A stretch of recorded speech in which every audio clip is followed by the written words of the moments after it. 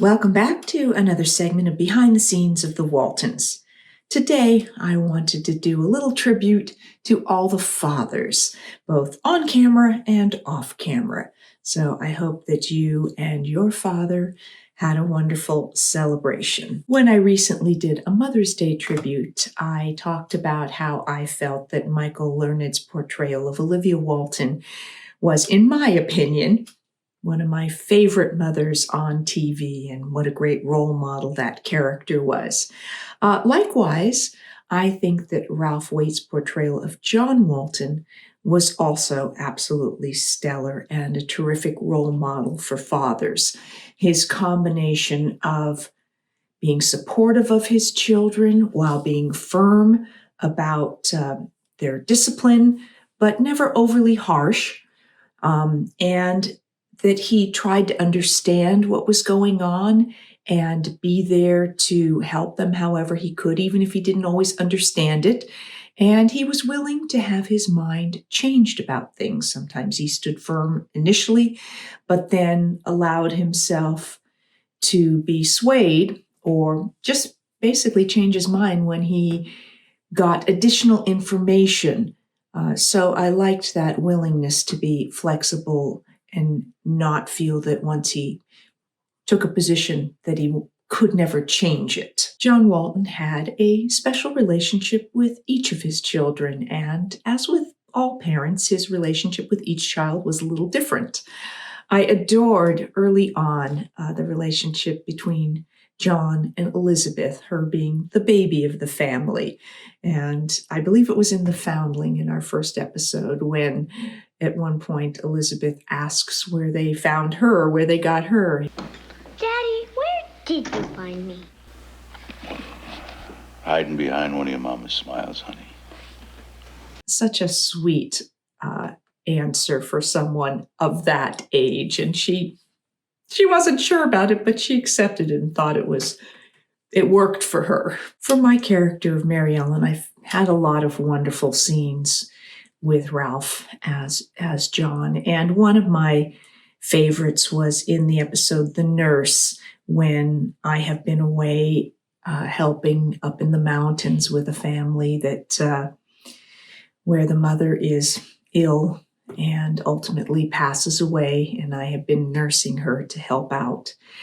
And when I finally come home, we have a really nice exchange, and where I felt it was good to be home, but I had been changed, as Mary Ellen had been changed by those circumstances and events. And I think it was a turning point for her personally, and also in the relationship between her and her father, and him recognizing the ways in which she was growing up. And I think as parents, it's not always easy for us to deal with our children growing up and knowing that they will be leaving us. And I think there was a touch of that in some of those moments between Mary Ellen and John. We saw some of the stronger side of John, his willingness to protect his family and to not allow them to be threatened by outside danger. I found him particularly scary in The Boy from the CCC when he confronts Gino when Gino is going to steal money from the family in the kitchen, and he is there with a shotgun in the shadows. And it said to me, don't mess with John Walton. Ralph's portrayal of John Walton was a complex character, and I felt that he brought so many wonderful layers to John and so much depth. And I'm sure a lot of it was his own personal life experience. He had been through quite a lot personally with dealing with alcohol addiction and overcoming that. He had lost a child at one point, and had just been, I think, through some difficult life experiences. And all of that he infused into John Walton without us as an audience necessarily understanding the source of some of those thoughts or moments that in how he played John. But I felt that in the episode about his class reunion, where he felt perhaps that he had not been particularly successful in his life. He hadn't really gone anywhere. Maybe some of the things that when he was young, he had hoped to accomplish or feel that he had been a success. The way he was viewing his life was different than everybody from the outside viewed him. And I thought that was very telling. And again, for all of us, that how we feel about ourselves and how maybe what we feel our shortcomings or weaknesses are not necessarily the way we project ourselves and the way we are seen by others. And sometimes a person can feel overly confident or boastful, and yet from the outside, we can see a person perhaps trying too hard, perhaps trying to convince themselves even more than they're trying to convince others. And not that John did that, but he was the opposite, that he perhaps sometimes felt less about himself and didn't view himself as strongly as others did from the outside. He was always a hard worker, not afraid to back down from what needed to be done, no matter how hard or difficult, bringing his family through the Depression, navigating that when resources were slim and they didn't have money and they were in danger of losing their home, having utilities turned off, all those sorts of things that people can struggle with, even in today's world, especially in today's world.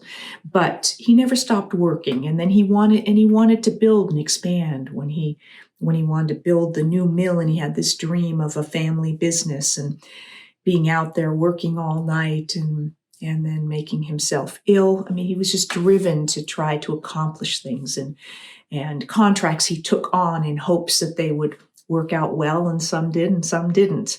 He had a lot of setbacks, but he just kind of kept persevering because he knew that was what he had to do for his wife and his family and his responsibilities. With John Boy, at first, he didn't understand this thing about wanting to be a writer, but even from the homecoming, when he brought those tablets home for John Boy as a Christmas gift and saying, I don't understand this, but if you're going to do it, give it your all. And as John Boy pursued that dream, he did what he could to support it. And then when John Boy was ready to go off to New York to, spread his wings, it was tough, but he knew he had to let him go. And that was, to me, an incredibly touching episode and moment between John Boy and John in the achievement, when he kind of says, don't forget your way back home. And John Boy, he's saying goodbye to that part of his life, to, in a sense, his childhood. And then with Jason wanting to study music. And at first John saying, no, that's ridiculous. That's fine as a hobby, but you need to have a trade. And he was always concerned about his children having a way to make their way in the world, how to make a living and support a family.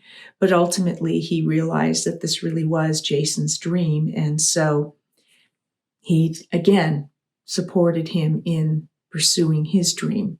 He had a different sort of relationship with Erin. He was very protective of his girls, and Erin, I think, was one that he was the most protective of. She went through the most different relationships and boyfriend problems and stuff. Mary Ellen was a little more straight ahead. She knew what she wanted and she went after it. They butted heads at times, but she didn't have the same sort of boyfriend issues that Erin had, with wanting to elope with Chad, and then her issues with Ashley and with losing GW, and he was there in those incredibly tender, heartbreaking moments of reading the letter to Erin from GW when he had passed away, or when Kurt passed away. Once again, he was there to support Mary Ellen and to read that letter that Kurt left for Mary Ellen. So he was always stuck with those really tough jobs and trying to find a way to comfort your children when they go through incredible losses. And the children always felt very supported by him in those moments, and having that foundation and stability made a big difference in their lives. But, he was challenged when Erin wanted to go in the pinup, when she was invited to go to the Army base as a representative, as the pinup, and Jon didn't want her going, but ultimately, when the officer came to escort her, he let her go. Or with GW, when GW wanted her to come visit him, and Jon didn't want that, but then again let her go because he recognized that ultimately the way he had raised his children, he had to trust them. And so he did. He had a tempestuous relationship with Ben. Ben and he probably butted heads the most. Ben was very self-determined and strong-willed, and yet Ben was the one who wanted to follow in the family business and ultimately did take over helping in the mill. And so there was a Walton and Sons, or Walton and Son in that case. But he was probably the harshest with him in the episode The Lie, when Ben refused to tell what had happened and why why John Boy's car had been damaged, what he was doing in town, having sneaked away and taken John Boy's car. But, Ben was trying to protect, the girl that he had promised he wouldn't tell. But that was the time we really saw Jon get the most physical with one of his boys. He didn't hit him, but he certainly shoved him. So Ben wasn't afraid to stand up to him either. And I think in some ways they were a lot alike, where Jason and John Boy were maybe a little more sensitive, even Jim Bob. Ben wasn't necessarily. He was a lot like Jon, strong and determined to forge ahead and ambitious and all of those things. So he was a different type of child for Jon to parent. Jim Bob was the baby boy in a sense. And of course, in the episode The Secret, we found out that Jim Bob had a twin brother who died at birth, basically. And this was a secret that Jon kept for Olivia's sake over the years. And so perhaps there was a part of that made him have a particular relationship with Jim Bob. But Jim Bob was a dreamer and head in the clouds and wanting to be in the clouds himself. And I think sometimes Jon was a little confused by Jim Bob because of that. And being the youngest, maybe he didn't always feel that he got the attention of the older boys. He was maybe a little lost in the shuffle at times, but he was no less loved within the family and cared for. So I loved the scene between Jon and Jim Bob in The Secret when Jon explains to him why they hadn't told him about his twin brother. Jon also had the opportunity to become a grandparent during the course of the episode, first with John Curtis, and then later on when Ben and Cindy had Ginny, and a little bit with Charlie, but not so much. But I loved seeing him with the grandchildren. And then in the later reunion specials, when he would be surrounded by all the grandchildren, it was so sweet. And Jon had such a wonderful ability to interact with the children. With Ginny reading her a book, or with John Curtis, that wonderful spontaneous ad-libbed exchange about the pants and where did he get them, and just going with that. And I just loved seeing that. And so much of that was just Ralph. Typically, you are not a father without also having that relationship with your wife, with your partner. And Jon and Olivia's relationship is just golden to me. Their love, their support of each other, they could bicker, they were true partners. And Jon didn't always want to concede to Olivia, and he could at times not understand her, like in the bicycle when he's like, had some odd idea about that he didn't really want Olivia Walton riding around on a bicycle. what would the community think? That was the only time I really ever heard him say something like that. But so he had those moments when he was a little more traditional, or they butted heads over the fact that Olivia wanted him to go to church, wanted him to be baptized, and that John stood his ground about having his own relationship with God and not feeling that that had to include being in church every Sunday. But the love that you saw and their coming together in how they wanted to raise their children, and the way that they could help each other through those difficult moments, how John could tease Olivia out of her anger and how Olivia could support John and help him come through some of the challenges that he was going through, but always there. There was never any question about the love and the commitment to each other, and that they were still, after 7 children and a stillbirth and a miscarriage, that they were still romantic together, and that we got to see that joy and flirtatious side in episodes like the anniversary, and we saw the heartache that they shared in the burnout when they were sleeping in the burnt out living room, and knowing that their children were going to be scattered all over the place, and how difficult that was for them. But those moments when each had more than they could bear, but together they were able to get through it. And that to me was just so beautiful. We each have our own relationships with our own fathers. Mine wasn't always around. My parents divorced when I was fairly young. And although I saw my father, and at times we stayed with him, but then I started working, so I wasn't around him as much. So it was, it's been an evolution of a relationship with my father. He's still living. He turned 90 this year. So, we ideally will have him with us still for many more years. But also, as with friends and family members, we also build our own families.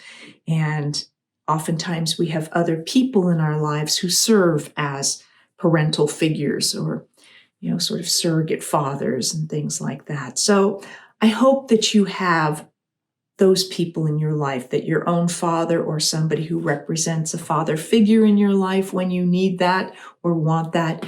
I wish that for each of you. And I hope that you were able to celebrate that recently, and to share that with your own father or father figures. As with Mother's Day, I ask you to weigh in the comments on who you think are the best fathers on TV. To me, John Walton will always be the best TV dad. And he was wonderful to have Ralph in my life for so many years. I feel very blessed to have had that.